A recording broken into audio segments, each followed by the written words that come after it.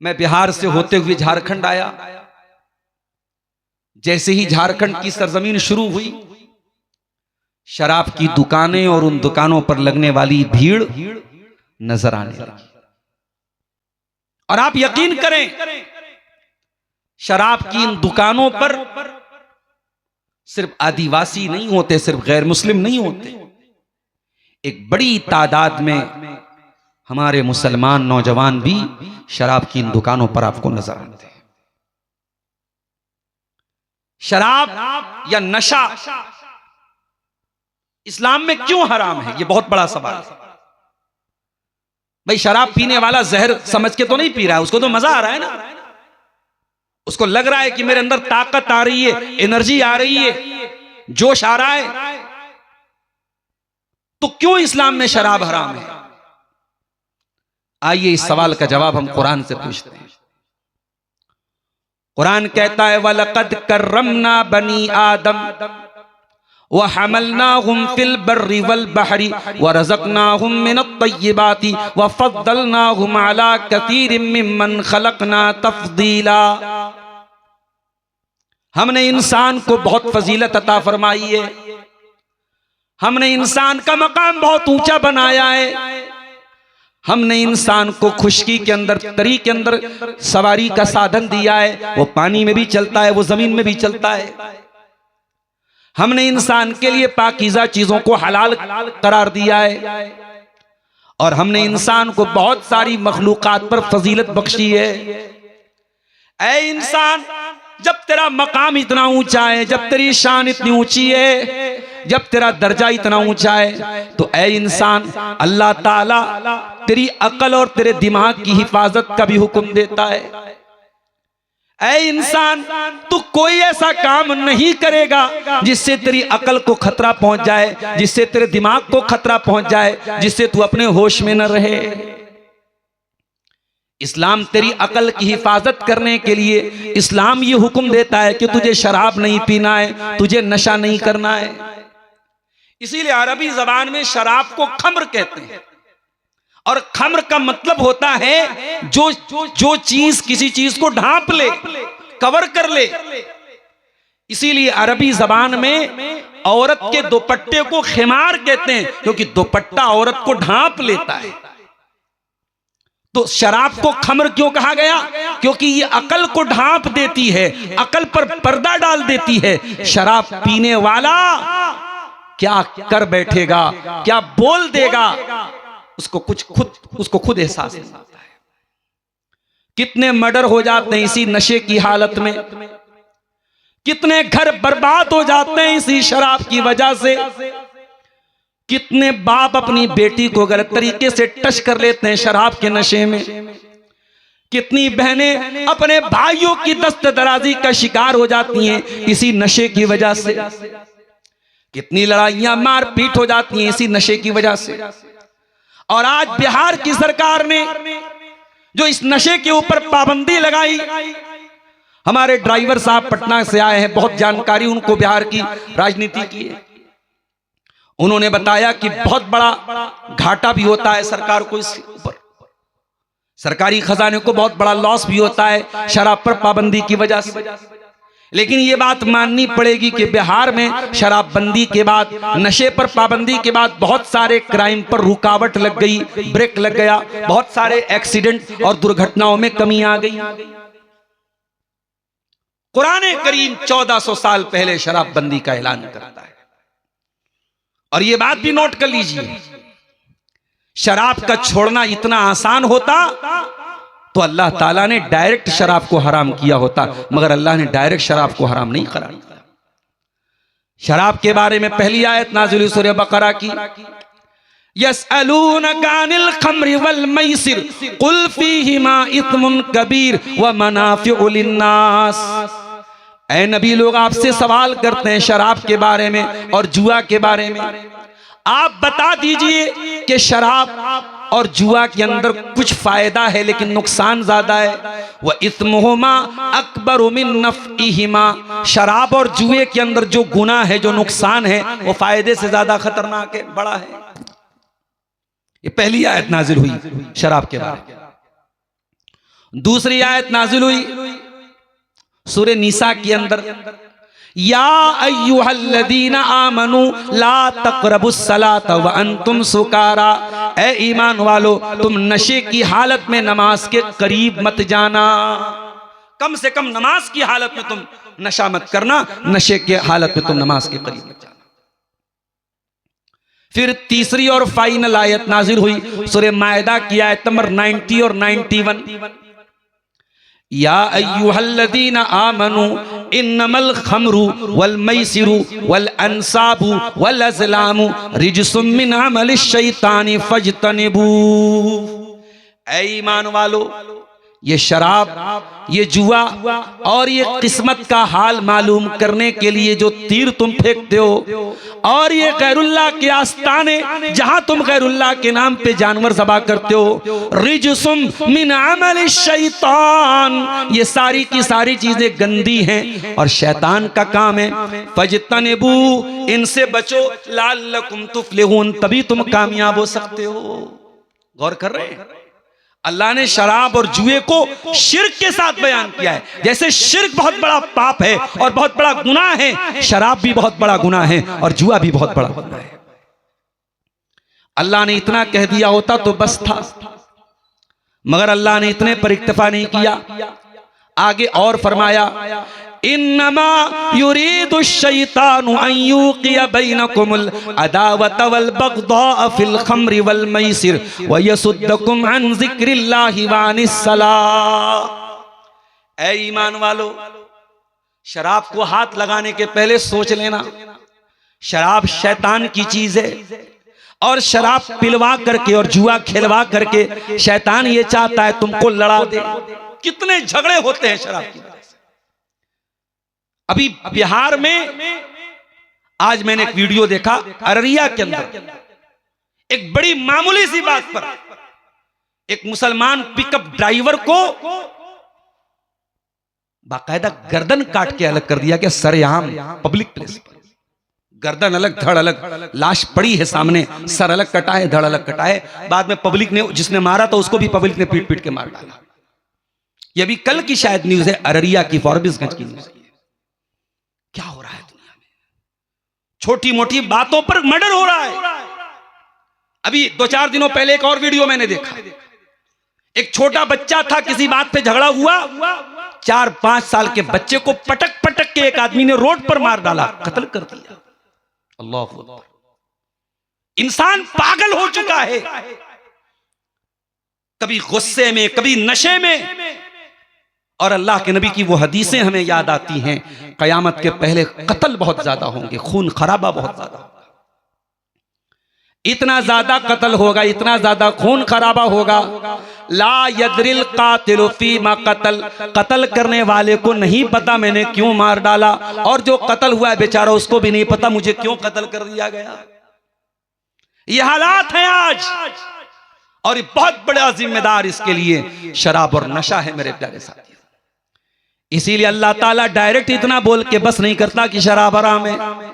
अल्लाह ने कहा शराब गंदी चीज है, शैतान का काम है, इससे बचो तभी तुम कामयाब हो सकते हो। और फिर फरमाया कि ऐ मेरे बंदो, शैतान ये चाहता है कि शराब के जरिए और जुआ के जरिए तुमको आपस में लड़ा दे, तुम्हें झगड़े में डाल दे। व यसुद्दकुम अन ज़िक्रिल्लाह,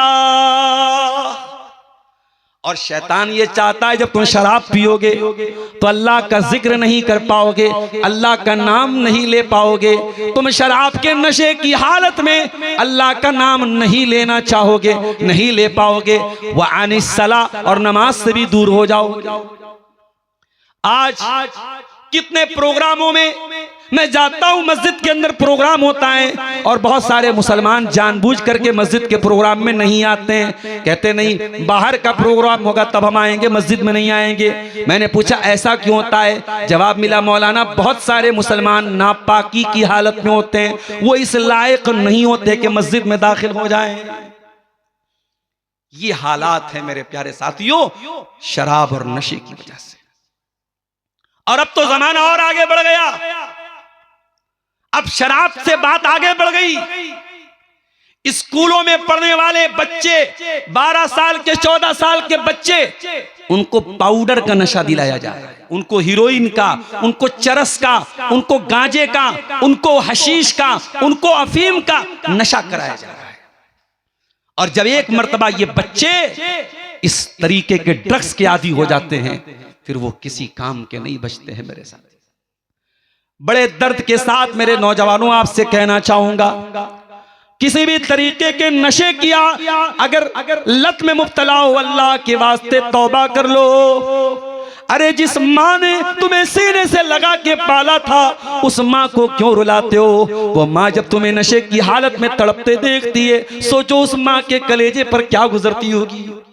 जिस बाप ने उंगली पकड़ के तुमको चलना सिखाया था, वो बाप जब अपने बेटे को नशा करते हुए देखता है, बाप के दिल पे क्या गुजरती है। ओ लोगों, अपने माँ बाप पे तरस खाओ, अपने आप पे तरस खाओ। और अगर किसी भी तरीके का नशा करते हो, नशे को छोड़ दो। ये सुसाइड है, ये आत्महत्या है, ये अपने आप को खत्म करना है। ये तमाम नशे की जो चीजें हैं इंसान को बर्बाद कर रही है, इंसान के शरीर को बर्बाद कर रही है। शादीशुदा इंसान अपनी बीवी के हुकूक अदा करने के लायक नहीं बचता है शराब की वजह से। कैंसर हॉस्पिटलों में चले जाओ, कितने मरीज आपको मिल जाएंगे इसी तंबाकू की वजह से, इसी सिगरेट और बीड़ी और खैनी की वजह से कैंसर जैसे खतरनाक बीमारी के शिकार हो गए।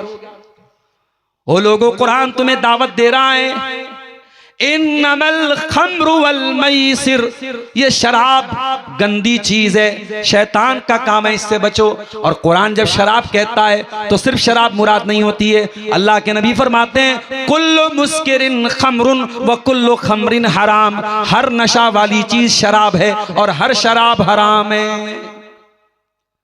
एक हदीस में अल्लाह के नबी फरमाते हैं, मुदमिनुल खम्र, जो शराब की जिसको आदत पड़ जाएगी, जो शराब का आदी हो जाएगा, जिसको नशे की आदत हो जाएगी, वो इंसान अल्लाह ताला से जब मिलेगा तो उसका मामला बुत परस्त की तरह होगा। जिस तरीके से बुतों की इबादत करने वाले का मामला है, उसी तरीके से शराब के आदी इंसान का मामला होगा।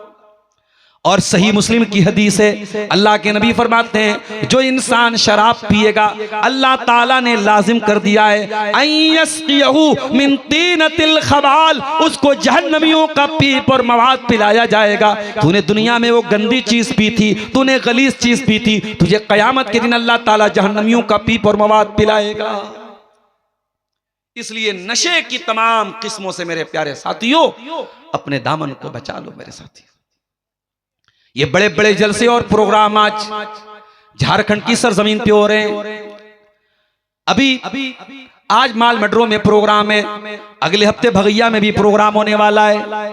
आपके गोड्डा और साहिबगंज के इलाके में 1 महीने के अंतराल में 10 प्रोग्राम हो रहे हैं। इतने सारे प्रोग्रामों के बावजूद क्यों मेरे प्यारे साथियों हमारा नौजवान शराब के अंदर कोई कमी नहीं आ रही है? क्यों शराब नोशी में कोई कमी नहीं आ रही है? क्यों शराब के अड्डे मुसलमान नौजवानों से आबाद है?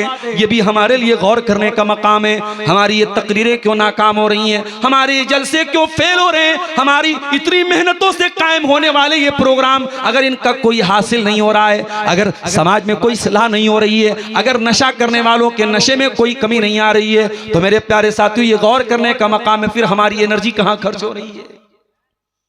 ये सबसे खतरनाक चीज जो हमारे समाज के लिए नासूर बन रही है वो नशा है मेरे प्यारे साथियों। दूसरी चीज जो आज मुझे टॉपिक दिया गया, दूसरी चीज जिस पर मुझे आज आपके सामने बात करना है, वो सोशल मीडिया का गलत इस्तेमाल है।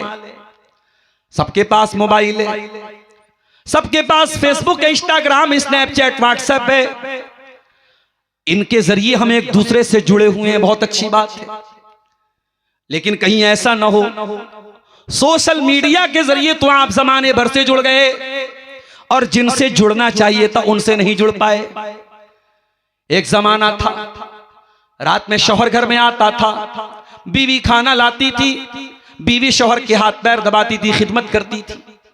आज खाना खाने के बाद और बिस्तर पे जाने के बाद बीवी के हाथ में अपना मोबाइल है, शौहर के हाथ में अपना मोबाइल है। न बीवी को शौहर की फिक्र है, न बीवी को शौहर को बीवी की फिक्र है। एक ही घर में बेटा भी रहता है, माँ भी रहती है, बाप भी रहता है। बेटा फेसबुक पर 5000 दोस्तों के साथ है, बेटा व्हाट्सएप पर दोस्तों के साथ चैटिंग कर रहा है, इंस्टाग्राम पर उसके बहुत सारे फॉलोअर हैं। अपनी सगी माँ के साथ 2 मिनट बैठ करके बातें करने का उसके पास टाइम नहीं है, अपने सगे वालिद के पास बैठ के उनकी हालचाल पूछने का टाइम नहीं है। ओ सोशल मीडिया के दीवानों, कहीं ऐसा ना हो कि सोशल मीडिया पर तुम बहुत ज्यादा एक्टिव होने के बाद अपनी रियल लाइफ में तुम डीएक्टिवेट हो जाओ। नहीं मेरे प्यारे साथियों, याद रखो जब मुश्किल हालात आएंगे तो यही आपके अपने आप के काम आएंगे। एक नौजवान था, बड़े फख्र के साथ कहा करता था, फेसबुक पर मेरे 50,000 फ्रेंड्स हैं। एक्सीडेंट हो गया, हॉस्पिटल लेके जाया गया, डॉक्टरों ने कहा आपको ब्लड की जरूरत है, ब्लड चाहिए। उसने जल्दी से मोबाइल उठाया, सोचा 50,000 फ्रेंड्स हैं मेरे फेसबुक के ऊपर, कोई ना कोई जरूर मेरी मदद के लिए आगे बढ़ेगा। उसने फेसबुक पर अपनी फोटो डाली, कहा मेरे दोस्तों मुझे खून की जरूरत है, मेरा ये ब्लड ग्रुप है, फला हॉस्पिटल में एडमिट हूं, जल्दी से आ जाओ, जान खतरे में है, जिंदगी खतरे में है। मैसेज सर्कुलेट हो गया, 50,000 लोगों तक पहुंच गया, कोई एक बंदा भी मदद के लिए आगे नहीं आया। आगे कौन आया? उसका बूढ़ा बाप, उसका बूढ़ा बाप जिसको उसने 5 मिनट बात करने का टाइम भी जिंदगी में देना गवारा न किया। वो फेसबुक की चकाचौंध में मुब्तला, वो इंस्टाग्राम की चमक में मुब्तला, वो व्हाट्सएप की चमक में मुब्तला इंसान अपने बूढ़े बाप की हाल चाल भी न लेता था। जब खून देने की बात आई, जब ब्लड देने की बात आई, तो उसकी मदद करने के लिए कौन हाजिर हुआ? वही बूढ़ा बाप हाजिर हुआ। कौन हाजिर हुआ? उसके गांव का, उसके साथ बचपन में क्रिकेट खेलने वाला, बचपन में दोस्ती रखने वाला, जो फेसबुक पर तो नहीं जुड़ा है, जो इंस्टाग्राम पर तो नहीं जुड़ा है, लेकिन जो उसका हकीकी दोस्त है, जो रियल दोस्त है, वही उसकी मदद के लिए आगे आया। उसी ने कहा भाई मैं तुझको अपना ब्लड दूंगा। ये होती है दोस्ती। सोशल मीडिया शो ऑफ की दुनिया बन चुकी है मेरे प्यारे साथी। अपनी माँ बहनों से भी कहना चाहूंगा, बहुत ज्यादा सोशल मीडिया को देख करके अपने शौहरों को परेशान न किया करो, अपने बाप को परेशान न किया करो। ये वाला कपड़ा चाहिए, ये वाली ज्वेलरी चाहिए, ये वाला नेकलेस चाहिए। अरे ये इंस्टाग्राम चलाने वाले, ये व्लॉगर्स, ये टिकटॉक चलाने वाले टिकटॉकर और ये इन्फ्लुएंसर, इनकी जिंदगियों से धोखा न खाना। इनकी जिंदगियों में पैसा तो है, इनकी जिंदगियों में चकाचौंध तो है, मगर अल्लाह की कसम इनकी जिंदगियों में सुकून नहीं है। वो मेरी प्यारी माँ बहनों, वो फेसबुक और इंस्टाग्राम पर नजर आने वाला हजारों और लाखों का कपड़ा उससे कहीं ज्यादा बेहतर तेरे शौहर की हलाल कमाई का खरीदा गया वो सादा सा कपड़ा है जो तेरा शौहर हलाल कमाई से लाके तुझको पहनाता है। उस सोशल मीडिया की चकाचौंध से मेरी प्यारी माँ और बहनों तुम धोखा मत खा जाना। और अगर तुम्हें ऐसा लगता है इंस्टाग्राम की लड़कियां तो बड़े अच्छे अच्छे कपड़े पहन रही हैं, स्नैपचैट पर तो बड़े अच्छे अच्छे ज्वेलरीज आ रही हैं, मेरा शौहर मुझको लाके क्यों नहीं दे रहा है? अगर तुमको ये एहसास पैदा होता है तो कभी न्यूज में जाके देख लेना कि इसी दुनिया में एक मुल्क है फलस्तीन, और उसी फलस्तीन का एक शहर है गज़ा, जहां की हजारों लाखों बहनें आज उनके शौहरों का इंतकाल हो चुका है और इस्राइल की बमबारियों में उनके घर टूट चुके हैं। उनके पास सर ढांपने को छत भी नहीं है, उनके छोटे छोटे बच्चे बिलखते हैं, उनके पास खाने को 2 वक्त की रोटी भी नहीं है। ओ मेरी प्यारी माओ बहनों, तुम कम से कम अपने घर में आराम से 2 वक्त की रोटी तो खा रही हो। ठीक है वो महंगे महंगे कपड़े तुम्हें नसीब नहीं होते, सादे कपड़े पहनती हो, मगर कम से कम तुम कपड़े तो पहन रही हो, तुम्हें मकान तो मौजूद है, तुम्हें तुम्हारा इज्जत देने वाला शौहर तो मौजूद है। उन मजलूम बहनों से जाके पूछो जिनके शौहरों का इंतकाल हो चुका है, जो जवानी में बेवा हो चुकी हैं, जिनके घरों को बुलडोजर से गिरा दिया गया है, जिनके घरों पे इस्राइल ने बम बरसा दिया है। वो मेरी प्यारी माँ बहनों, कभी उन मजलूम और मजबूर औरतों के हालात भी जाके देख लो। और अगर उससे भी तुम्हें सबक न मिले तो 1400 साल पीछे चली जाना। मदीना का एक घर है। किसका घर है? अल्लाह के प्यारे नबी जनाब मोहम्मद रसूलुल्लाह सल्लल्लाहु अलैहि वसल्लम का घर है। कितनी बीवियां हैं आपकी? 9 बीवियां हैं। 9 बीवियों को कितने बड़े बड़े कमरे मिले, छोटे छोटे कमरे। सहाबा कहते उन कमरों में हम जाते थे, हाथ उठाते थे तो हाथ से छत को टच कर लेते थे, इतने छोटे छोटे कमरे थे। क्या उन कमरों में कोई मसेरी थी, कोई बेड था? नहीं नहीं। क्या कोई गद्दा था? नहीं नहीं। क्या कोई फर्नीचर था? नहीं था। एक मामूली सी चटाई बिछी रहती थी जिस पर अल्लाह के आखिरी नबी सोया करते थे। उन घरों में कोई ऐसे कीमती बर्तन भी न थे, लकड़ी के प्याले थे, चमड़े के मशकेजे थे जिनमें अल्लाह के प्यारे नबी खा लिया करते थे, पी लिया करते थे। उस जमाने में गैस का चूल्हा भी नहीं था, उस जमाने में वॉशिंग मशीन भी नहीं थी, उस जमाने में फ्रिज भी नहीं थी। ओ मेरी प्यारी माँ बहनों, अल्लाह के प्यारे नबी से बड़ा इंसान कौन हो सकता है? और आपकी बीवियों से ज्यादा मोहतरम बीवियां कौन हो सकती हैं? आपकी 9 बीवियां हैं, उन छोटे छोटे कमरों में सारी जिंदगी गुजार देती हैं और कभी जबान पर शिकायत का लफ्ज नहीं लाती हैं, कभी अपने शौहर से शिकायत नहीं करती हैं, कभी खाना मिला तो खा लिया, नहीं मिला तो सब्र कर लिया। अम्मा आयशा फरमाती हैं ऐसा भी होता था कि 2-2 महीना गुजर जाया करता था और अल्लाह के नबी के घर में चूल्हा नहीं जला करता था। अल्लाह के नबी के घर में चूल्हा नहीं जलता था। पूछने वाले ने पूछा अम्मा आयशा, जब चूल्हा नहीं जलता था तो अल्लाह के नबी के घर वाले क्या खाया करते थे? फरमाया खजूर खा लिया करते थे, पानी पी लिया करते थे। खजूर खा करके और पानी पी करके मोहम्मद रसूलुल्लाह के घर वाले गुजारा कर लिया करते थे। वो जिंदगी हमें तो नहीं मिली मेरे साथ। हम तो बड़े ऐशो आराम से जिंदगी गुजारते हैं। ठीक है, अभी वक्ती हालात आए तो कहीं गैस का सिलेंडर महंगा हो गया, कहीं पेट्रोल के लिए लंबी लाइन लग गई, ये वक्ती हालात है, वरना आम तौर से अगर हम देखो तो हम तो बहुत सुकून की जिंदगी गुजार रहे हैं। इसलिए मेरी प्यारी माँ बहनों, ये सोशल मीडिया से धोखा न खाना, ये सीरियलों की जिंदगी से धोखा न खाना, ये फेसबुक और इंस्टाग्राम की जिंदगियों से धोखा न खाना। अल्लाह के प्यारे नबी फरमाते हैं उन्जुरू इला मन हुवा अस्फल मिनकुम, अपने से नीचे के लोगों को देखा करो, अपने से ऊपर के लोगों को न देखा करो। जब तुम अपने से कमजोर लोगों को देखोगे, जब तुम अपने से नीचे लोगों को देखोगे, फइन्नहु अजदरु अल्लाह तज़दरू नेमत अल्लाह, तो तुम अल्लाह ताला की नेमतों को हकीर नहीं समझोगे।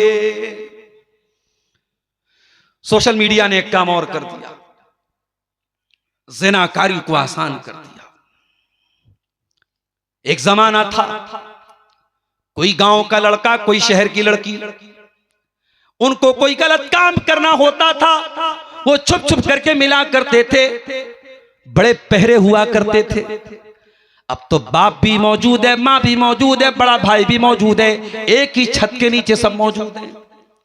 रात के 2 बज रहे हैं, लड़की स्नैपचैट पर अपना गंदा वीडियो लड़के को भेज रही है और स्नैपचैट ने बड़ी प्राइवेसी भी दे दी है। उधर देखो उधर डिलीट हो गया, सारी प्राइवेसी भी बरकरार रह गई, कोई खतरा भी नहीं है। इस तरीके से आज इज्जतों के जनाजे निकल रहे हैं और एक एक लड़की 10-10 लड़कों से बातें कर रही है, एक एक लड़का 10-10 लड़कियों से बातें कर रहा है और बाकायदा बातें नहीं, मुलाकातों तक मामला पहुंच रहा है। ओ लोगों, सोशल मीडिया को ज़िनाकारी और बदकारी का जरिया न बनाना।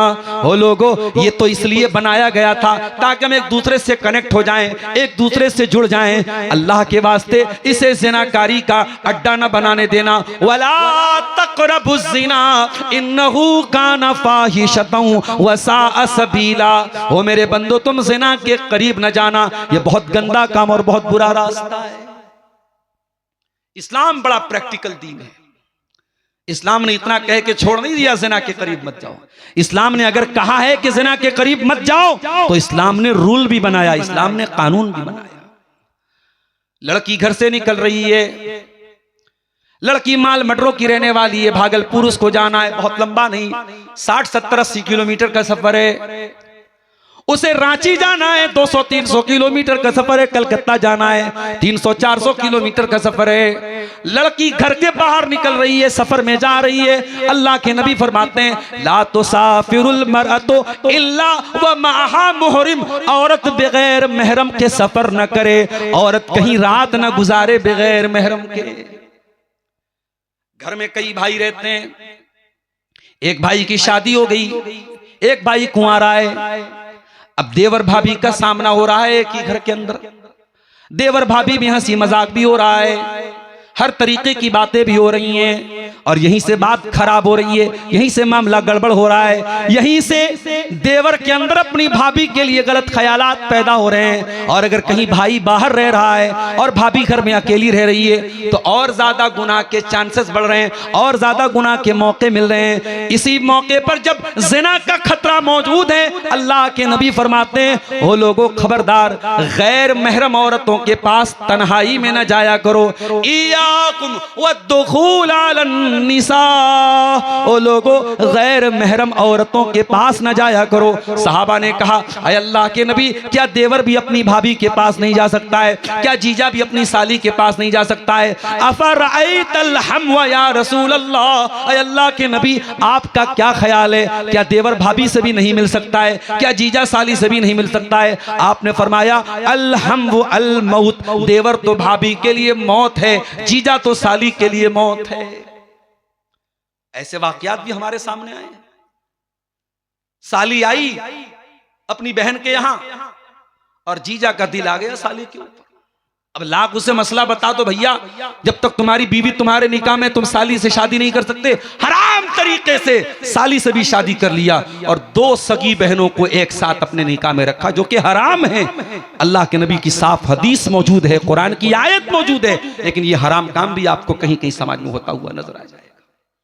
तो कुरान अगर कह रहा है वला तक़रबुज़ ज़िना, ज़िना के करीब मत जाओ, तो कुरान उसका तरीका भी बता रहा है। सोशल मीडिया ने आज नजरों के ज़िना को आसान कर दिया। हकीकत वाला जो ज़िना है वो तो उतना भी आसान नहीं है, मगर आंखों का ज़िना तो बहुत आसान हो गया।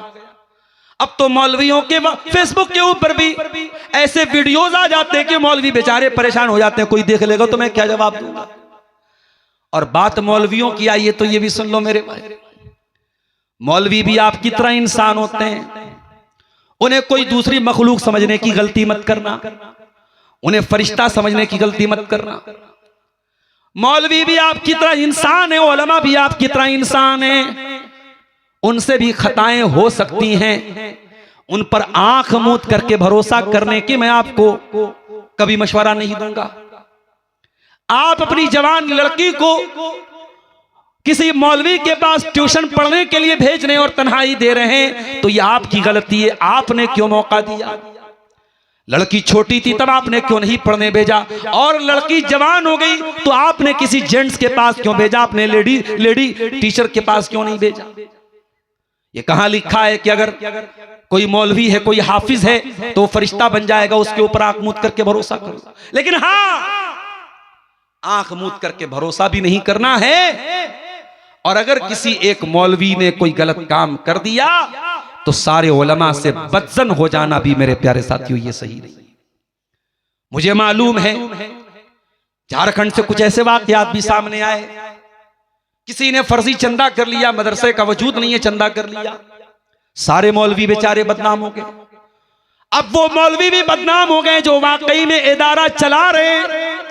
और अपनी आंखों से मैंने देखा साउथ इंडिया के अंदर फरवरी और मार्च का महीना, सख्त धूप का आलम, और झारखंड और बिहार और बंगाल के ये मौलवी बेचारे, कभी आप गौर करना मेरे साथियों, ये मौलवी जो आज मदरसों में पढ़ा रहे हैं ये बाई चॉइस पढ़ा रहे हैं, इनकी मजबूरी नहीं है। ये चाहते तो कोई गट्ठर भी अपने पीठ पर लाद सकते थे, गट्ठर लाद लेते तो मदरसे के नाज़िम की डांट न सुनना पड़ता, मदरसे के प्रिंसिपल की डांट न सुनना पड़ता। अपनी पीठ पर बोझा लाद करके मजदूरी कर लेते तो शायद मदरसे की तनख्वाह से ज्यादा कमा लेते और मोहल्ले वालों की डांट भी ना सुनना पड़ता। बेचारा मस्जिद का इमाम है, गांव वाला, गांव का एक अनपढ़ आदमी भी डांट के चला जाता है, मौलवी साहब आज आपने नमाज लंबी पढ़ा दी, आज आपने सजदा लंबा कर दिया, आज आपने रुकू लंबा कर दिया। मौलवी बेचारा जो मस्जिद का इमाम है पूरे मोहल्ले के निशाने पर रहता है। गौर करो मेरे प्यारे साथियों, जिस दौर में बहुत सारे कामों की आसाइश और आसानी है, ये उलमा हैं जो दीन के किलों को संभाले हुए हैं। इन्होंने मस्जिदों को संभाला हुआ है, इन्होंने मदरसों को संभाला हुआ है, और इन्हीं के जरिए दीन का काम हो रहा है, इन्हीं के जरिए तौहीद फैल रही है, इन्हीं के जरिए कुरान फैल रहा है, इन्हीं के जरिए हदीस फैल रही है। अल्लाह के वास्ते उलमा को हकीर न जानो, अल्लाह के वास्ते उलमा की तहकीर न करो, किसी एक आलिम की गलती से तमाम उलमा से नफरत न करो। मेरे प्यारे साथी, आज अफसोस के साथ कहना पड़ रहा है, आज हमारी जमात के बहुत सारे लोग सारे उलमा से दूर हो गए। उलमा का नाम आता है, जबान से बदतमीजी निकलने लगती है, जबान से बदजबानी निकलने लगती है। कभी गौर करके जाके देखो मेरे भाइयों, अभी आज हमारे एक दोस्त का फोन आया, इलाहाबाद के रहने वाले हैं, अपनी 2 बच्चियों को मऊ नाथ भंजन में हॉस्टल में छोड़ने के लिए गए थे। फोन करके कहने लगे, मौलाना बड़े लाडो प्यार से बेटियों को पाला है, कभी किसी जरूरत के लिए बेटियों को तरसना नहीं पड़ा है, और आज ये मदरसे में लेके आया हूं और मदरसे वाले कह रहे हैं कि माँ बाप से बेटियों को बात करने की इजाजत हफ्ते में सिर्फ 1 बार मिलेगी। मौलाना मेरा दिल नहीं मान रहा है, मैं क्या करूं? मैंने कहा थोड़ा सा कलेजे पर पत्थर तो रखना पड़ेगा, मदरसे में पढ़ाना है तो ये सख्ती तो झेलनी पड़ेगी। ओ लोगों, ये हॉस्टल में रहने वाले बच्चे, अब तो ठीक है हर जगह मतबक का इंतजाम हो गया है, लेकिन एक बड़ी तादाद में हमारे उलमा ऐसे भी हैं जिन्होंने मदरसों में जागीर के जरिए पढ़ाई हासिल की है, तालीम हासिल की है। घर घर वो टिफिन लेके जाते थे और भिखारियों की तरह उनको खाना दिया जाता था, और वो बेचारे वही खाना खा करके अपने घर के इज्जतदार घर के हैं, अपने घर में शानो शौकत से खाते हैं और शानो शौकत से खिलाते हैं। लेकिन आज हॉस्टल में रह करके जागीर का खाना खा के बेचारा वो पढ़ रहा है। उनकी कुर्बानियों पर इस तरीके से पानी न फेरो मेरे साथी। इसी बंगाल के हमारे एक दोस्त हैं, रमजान में चंदा करने के लगे, इत्तेफाक से मैं भी साउथ इंडिया में था, मुझे फोन किया उन्होंने, मौलाना मैं आपके पास आ रहा हूं। मैंने कहा बहुत अच्छी बात है, आइए साथ में बैठ के खाना खाएंगे। एक दिन रमजान का महीना था, दस्तरखान लगाया, बंगाल के हमारे साथी आए, उनको बिठाया, इफ्तार करने लगे, देखा आंखों में आंसू आ गए। मैंने कहा क्या बात है, क्यों रो रहे हो? कहा मौलाना आप तो जानते हैं, आप जब भी मेरे घर पे आते हैं मैं आपको मेहमान नवाजी करता हूं, आपको मछली बना के खिलाता हूं, आपको बेहतरीन चीजें बना के खिलाता हूं, लेकिन ये चंदे का काम करने के लिए हमको क्या क्या करना पड़ रहा है। हम रमजान में चंदा करने जाते हैं, हमें भिखारियों की तरह मस्जिदों में जाके जहां इफ्तार हो रहा है वहां बिन बुलाए मेहमान की तरह जाके बैठ जाना पड़ता है, जहां सहरी का इंतजाम हो रहा है बिन बुलाए मेहमान की तरह जाके बैठ जाना पड़ता है। बड़ी शर्म आती है, बड़ी गैरत लगती है, बड़ा रोना आता है, मगर क्या करें, चंदा न करें तो हमारी तनख्वाहें न मिलेगी, और हमारी तनख्वाहें न मिले तो घर कैसे चलेगा, हमारी मजबूरी, हमको चंदा करना पड़ता है। ओ लोगों, ये मदरसे बड़ी मुश्किल से चल रहे हैं। इन उलमा को इस तरीके से अपनी नफरत का, अपनी जबान दराजी का निशाना न बनाओ। इन उलमा की कुर्बानियों पर इस तरीके से पानी न फेरो। मैं ये नहीं कहता कि उनको मासूम समझो, मैं ये नहीं कहता कि आंख मूंद करके भरोसा कर लो। अगर आपके घर में कोई आलिम आया और आपने जवान बेटियों को बेपर्दा उनके सामने आने की इजाजत दे दी, उनके कमरे में जाने की एंट्री दे दी, और आपने ये सोचा है बहुत बड़े मौलाना है, बहुत बड़े आलिम है, बहुत अच्छी तकरीर करते हैं, और आपने अपनी जवान बेटी को उनके कमरे में जाने की इजाजत दी, तो ये आपकी गलती थी। इस्लाम ने तो इससे रोका है मेरे प्यारे साथी। अल्लाह के नबी फरमाते हैं ला यख्लुवन्न रजुलुन बिइम्रातिन इल्ला वसालिसुहुम शैतान, खबरदार कोई मर्द किसी औरत के साथ अकेला न रहे, तन्हाई न इख्तियार करे, क्योंकि तीसरा शैतान होता है।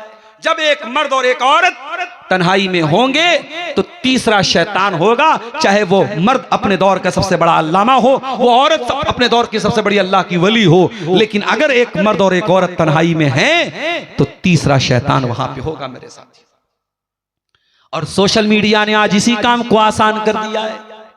सोशल मीडिया पर आप किससे बातें कर रहे हैं, किससे चैटिंग कर रहे हैं, क्या आपने मैसेज भेज दिया, क्या आपने वॉइस मैसेज भेज दिया, क्या वीडियो भेज दिया, ये आप जानते हैं, आपका मोबाइल जानता है, आपका रब जानता है। ओ लोगों, जब गुनाह करना आसान हो जाए तो ये भी बहुत बड़ा इम्तिहान हो जाता है। अल्लाह के नबी के दौर में जब सहाबे किराम एहराम की हालत में निकलते थे, जब उम्रा करने निकलते थे, तो उनकी आंखों के सामने नीलगाय गुजरती थी, हिरन गुजरते थे, और एहराम की हालत में शिकार करना मना था।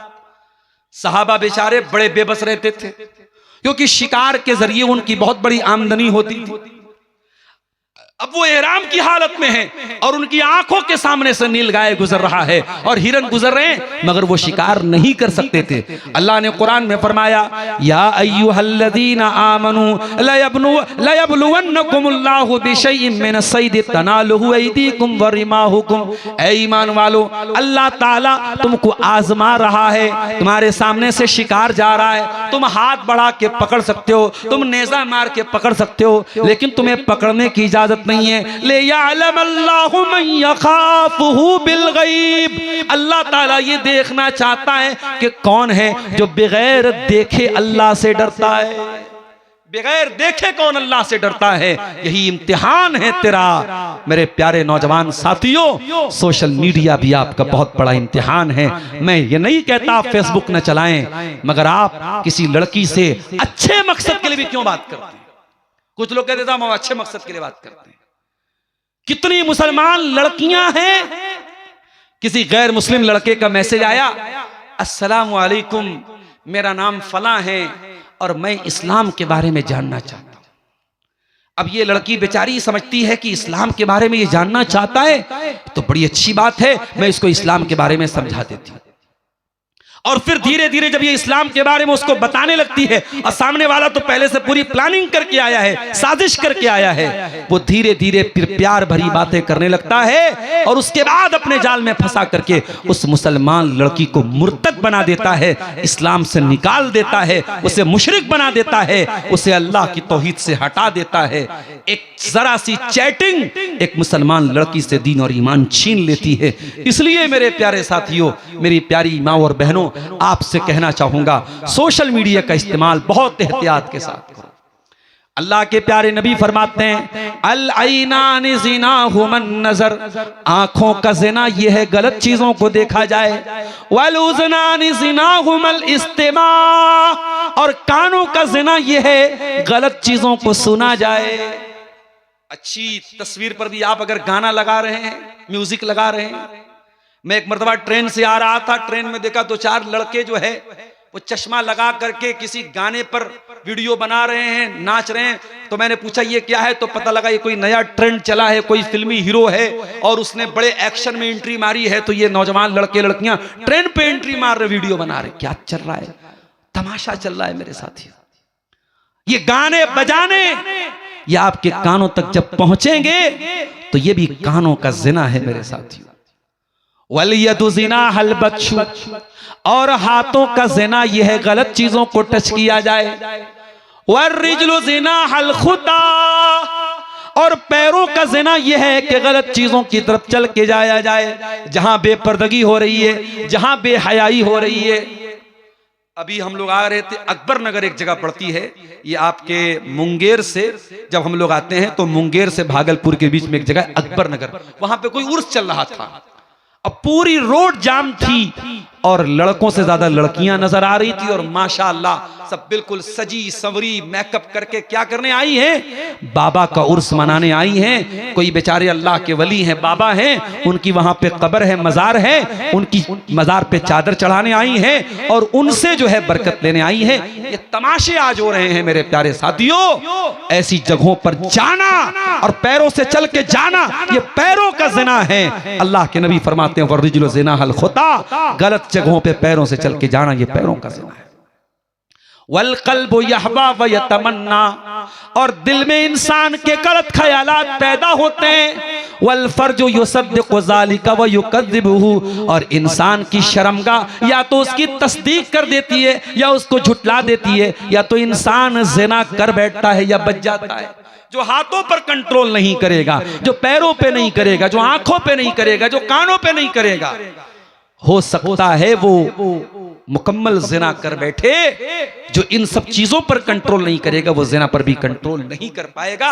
सोशल मीडिया के जरिए मेरे प्यारे साथियों ये चीजें आज आम हो रही हैं। एक और काम सोशल मीडिया कर रहा है, फेक न्यूज फैलाना, फेक चीजें फैलाना, बिला वजह हर चीज को शेयर करना। रात को 2 बजे माल मड्रो की रोड से गुजर रहा हूं, 2 बजे का टाइम लगा करके स्नैपचैट पे डाल रहा है।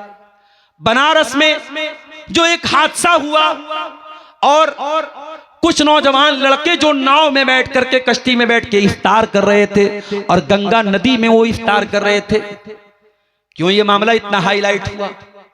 आज वो लड़के जेल में, उनकी जमानत नहीं हो रही है। सोचो उन्होंने कोई बहुत बड़ा क्राइम तो नहीं किया। उसी गंगा नदी में आज शराब पी करके उसका भी वीडियो बनाए। शराब पीने वालों के खिलाफ अभी तक कोई कार्रवाई नहीं हुई है, मगर इफ्तार करने वाले मुस्लिम नौजवानों के खिलाफ कार्रवाई भी हो गई और जेल में भी डाल दिया गया और अभी तक जमानत नहीं हो रही है। तमाम चीजों की जड़ क्या है? उन्होंने वीडियो बनाया बाकायदा। अगर वो वीडियो ना बनाते तो शायद ये मामला यहां तक ना पहुंचता। क्या जरूरत है हर बात की वीडियो बनाने की, हर बात को डालने की? और मैं बार बार इन यूट्यूबर हजरात से भी ये बात कहता हूं। आज इसी झारखंड के करीब के बिहार के एक आलिम दीन के साथ जो कुछ मामला हो रहा है वो यूट्यूब की एक क्लिप की वजह से हो रहा है। काश के वो रिकॉर्डिंग करने वालों ने उस क्लिप को काट दिया होता तो शायद ये मामला इतना आगे ना बढ़ता। लेकिन यहां तो मामला ये है कि हमें व्यूज हासिल करने हैं, हमें तो सब्सक्राइबर बढ़ाने, हमें तो पैसा बढ़ाना है, तो हम तो और ज्यादा हाईलाइट करेंगे इस तरीके की चीजों को। जो उन्होंने नहीं कहा है वो भी जोड़ देंगे उसके अंदर, थंबनेल लगा देंगे ऐसा कि बात बिल्कुल वायरल हो जाए। तो ये बहुत खतरनाक इस दौर में सोशल मीडिया का काम हो रहा है। फेक न्यूज, फर्जी चीजें, फर्जी वीडियो शेयर हो रहा है। अल्लाह के प्यारे नबी फरमाते हैं, कफा बिल मरई कदिबन नहीं युहद्दिस बिकुल्लि मा समिया। सबसे बड़ा झूठा इंसान वो है जो हर सुनी सुनाई बात को बयान कर दे, जो तहकीक न करे, जो वेरीफाई न करे। इसीलिए कुरान कहता है, या अय्युहल्लज़ीना आमनू इन जाअकुम फासिकुम बिनबइन फतबय्यनु। ऐ ईमान वालो, जब तुम्हारे पास कोई फासिक आदमी कोई खबर लेकर के आए तो तहकीक कर लिया करो। अन तुसीबू कौमम बिजहालतिन फतुस्बिहू अला मा फअलतुम नादिमीन। कहीं ऐसा ना हो कि तुम फेक न्यूज को फैलाने के चक्कर में किसी को नुकसान पहुंचा दो। तो सोशल मीडिया ने फेक न्यूज को भी बहुत फैलाया है मेरे प्यारे साथियों। अब आइए, 3 पार हो चुका है और हमारे टॉपिक का 2 हिस्सा भी और बचा है। इस दौर के फितनों के बारे में भी मुझे कुछ आपको बताना है। अभी इस्राइल और ईरान की जंग चल रही थी। हमारे बहुत सारे मुसलमान नौजवान, साहब हम तो ईरान के साथ हैं और हम तो फलां को अपना रहबर मानते हैं और फलां को अपना रहबर मानते हैं, और इस वक्त मसलकी इख्तिलाफ पर बात करने का मौका नहीं है। अगर कोई अबू बकर और उमर को बुरा भला कहता है वो उसका अपना अकीदा है, मगर इस्लाम के नाम पे हमें उसके साथ खड़े होना चाहिए। क्या बात करते हैं आप? कोई अबू बकर उमर को ना माने, कोई अबू बकर उमर को गाली दे, कोई अम्मा आयशा को गाली दे, और आपके दिल में उसके लिए सॉफ्ट कॉर्नर पैदा हो जाए। ये अगर आपका अकीदा है तो अपने अकीदे पर नजरसानी कर लीजिए मेरे साथी। अबू बकर का दुश्मन, उमर का दुश्मन, उस्मान का दुश्मन, अली का दुश्मन, आयशा का दुश्मन हमारा दुश्मन। कोई सहाबे किराम का दुश्मन हो और वो हमारा महबूब बन जाए, ये कभी नहीं हो सकता है। इसलिए इस मौजूदा दौर में जब दुनिया में जंगों के हालात हो तो आप हर मसले पर सोशल मीडिया पर अपनी राय मत व्यक्त कीजिए। फेसबुक के ऊपर पोस्टें न डालिए, व्हाट्सएप पर पोस्टें न डालिए। कहीं ऐसा न हो कि आपकी एक नादानी से पूरी कम्युनिटी पर कोई मुसीबत आ जाए। इस दौर का बहुत बड़ा फितना यह है कि लोग उलमा से रहनुमाई हासिल नहीं करते हैं, अपनी मनमानी करते हैं मेरे प्यारे साथियों। अल्लाह के प्यारे नबी फरमाते हैं, इन्नल्लाह ला यक़बिज़ुल इल्मा इंतिज़ाअन यंतज़िउहु मिनल इबाद। अल्लाह ताला दुनिया से इल्म को अचानक नहीं उठाएगा, वलाकिन यक़बिज़ुल इल्म बिक़ब्ज़िल उलमा, बल्कि अल्लाह ताला उलमा को उठा लेगा। यहां तक कि जब दुनिया से उलमा चले जाएंगे, इत्तख़ज़न नासु रुऊसन जुहाला, लोग जाहिलों से मसला पूछेंगे, लोग जाहिलों को मुफ्ती बना लेंगे, लोग जाहिलों से फतवा पूछेंगे। फसुइलू फअफ्तऊ बिगैर इल्मिन, और वो जाहिल लोग बगैर इल्म के फतवा देंगे। फदल्लू वदल्लू, खुद भी गुमराह होंगे, दूसरों को गुमराह करेंगे। इसी आपके झारखंड की सरजमीन के बड़े जलीलुल क़द्र आलिम थे अल्लामा मुफ्ती अब्दुल अजीज हक्कानी साहब। जिंदा थे तो हमें लगता था ये तो बस ऐसे ही मामूली आलिम है। जलसे में हमने निजामत सदारत करवा ली, उनके 10 मिनट तकरीर करवा के छोड़ दिया। आज उनके जाने के बाद इस पूरे झारखंड के इलाके में उनके पाए का कोई आलिम नजर नहीं आता है मेरे साथियों। आज बड़े बड़े मदरसों में जो शेखुल हदीस हैं, जो उलमाए हदीस हैं, उनके जाने के बाद हदीस की किताबों को कौन पढ़ाएगा? कोई पढ़ाने वाला नजर नहीं आता है। फतवा देने वाले दुनिया से जा रहे, उनकी जगह कोई लेने वाला नजर नहीं आता है। मेरे प्यारे साथियों, बड़े बड़े जुब्बा वाले और बड़ी बड़ी पगड़ी वाले तो नजर आ जाएंगे, बड़ी बड़ी ऊंची ऊंची टोपी वाले तो आपको मिल जाएंगे, मगर इल्म जिस चीज का नाम है वो इल्म दुनिया से जा रहा है। अल्लाह के नबी फरमाते हैं, जब दुनिया से उलमा चले जाएंगे, लोग जाहिलों को अपना सरदार बना लेंगे। इस दौर का बहुत बड़ा फितना है ये मेरे साथियों कि आप उलमा से दूर हो जाएं। नहीं नहीं, उलमा से जुड़ करके रहिए, उलमा से मशवरा हासिल कीजिए, उलमा से रहनुमाई हासिल कीजिए। कोई भी मसला दीन का आ जाए, अपने उलमा से रहनुमाई हासिल कीजिए और उनकी रहनुमाई में काम कीजिए मेरे प्यारे साथियों। इसी तरीके से इस दौर का एक बहुत बड़ा फितना यह भी है कि 4 किताबें पढ़ने के बाद कोई इंसान अल्लाह ताला के बारे में, रसूल के बारे में और जन्नत के बारे में और जहन्नम के बारे में सवाल खड़ा करने लगे।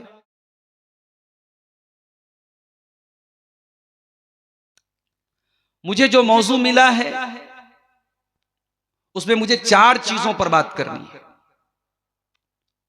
और अगर गौर कीजिए तो इन चारों चीजों का ताल्लुक हमारे नौजवानों से, खास तौर से उनसे ज्यादा है। इन चारों चीजों का ताल्लुक,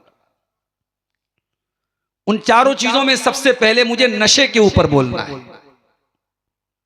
फिर दूसरी चीज है सोशल मीडिया का क्या सही इस्तेमाल है, क्या गलत इस्तेमाल है, उस पर मुझे बात करनी है।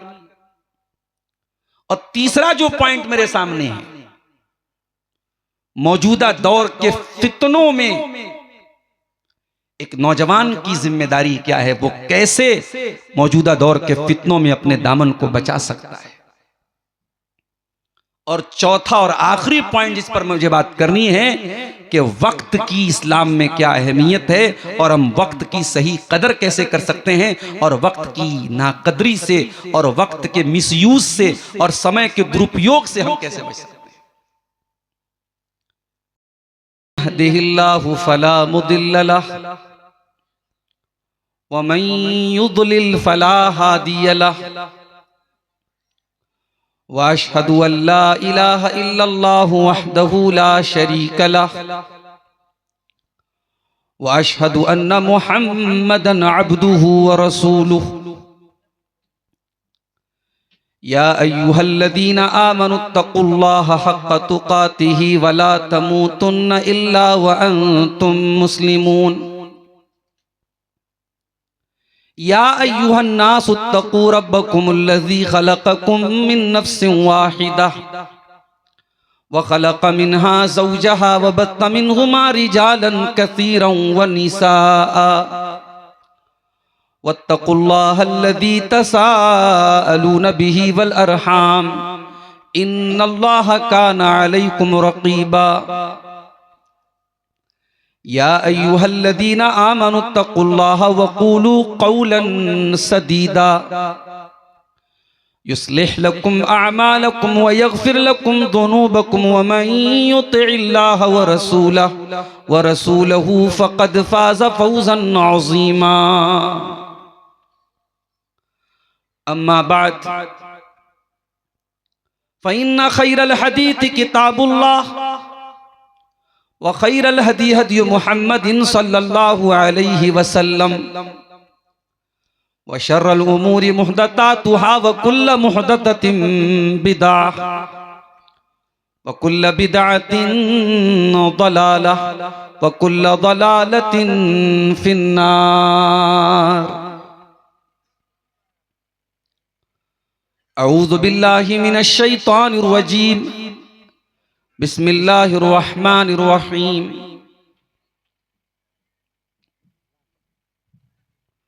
हत्ता इदा जाअ अहदहुमुल मौत क़ाल रब्बिरजिऊन लअल्ली अअमलु सालिहन फ़ीमा तरक्तु कल्ला इन्नहा कलिमतुन हुवा क़ाइलुहा व मिन वराइहिम बरज़खुन इला यौम युबअसून। वक़ाल तआला फ़ी मक़ामिन आख़र वल अस्र इन्नल इंसान लफ़ी ख़ुस्र इल्लल्लज़ीना आमनू व अमिलुस्सालिहाति व तवासौ बिल हक़्क़ व तवासौ बिस्सब्र।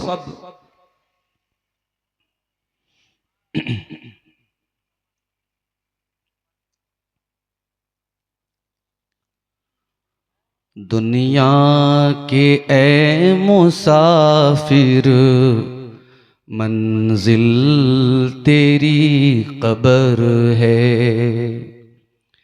तय कर रहा है जो तू दो दिन का ये सफर है।